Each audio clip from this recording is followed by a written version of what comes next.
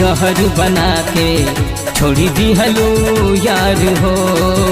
अरे जिंदगी जहर बना के छोड़ी दिहलो यार हो।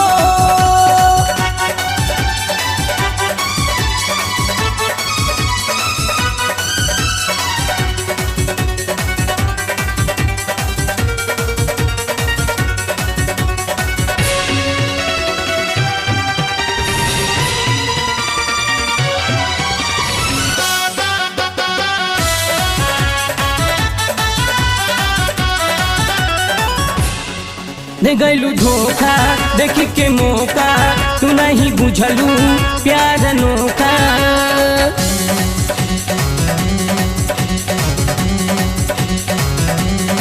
दे गैलू धोखा देख के मौका, तू नहीं बुझलू प्यार अनोखा।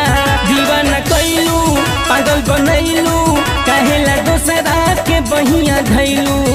जरे जाओ मेरे हर जाई सनम, जियते जिदी हनुमान। तोहरा से कैनी प्यार तू कैलो न प्यार हो। जिंदगी जहर बना के छोड़ी दिहलो यार हो। अरे जिंदगी जहर बना के छोड़ी दिहलो यार हो।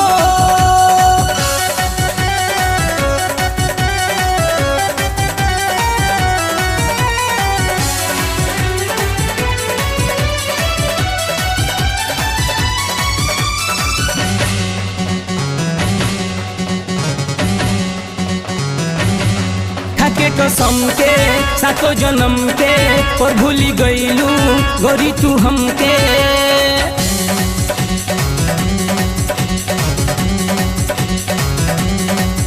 के कसम के सातो जन्म के और भूली गईलू गोरी तू हमके।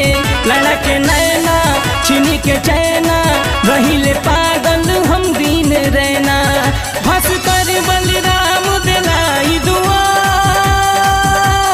बस जाई संसार। तोहरा से कैनी प्यार तू कैलू न प्यार हो। जिंदगी जहर बना के छोड़ी दिहलो यार हो।